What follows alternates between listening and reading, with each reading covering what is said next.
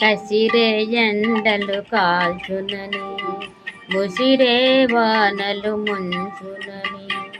ఇక కసిరే ఎండలు కాల్చునని, మరి ముసిరే వానలు ముంచునని. ఎరుగని కోయిల ఎగిరింది, ఎగరని కోయిల ఎగిరింది, చిరిగిన రెక్కలు ఒదిగింది, నేలకు ఒరిగింది. ఇది మల్లిల వేళయని,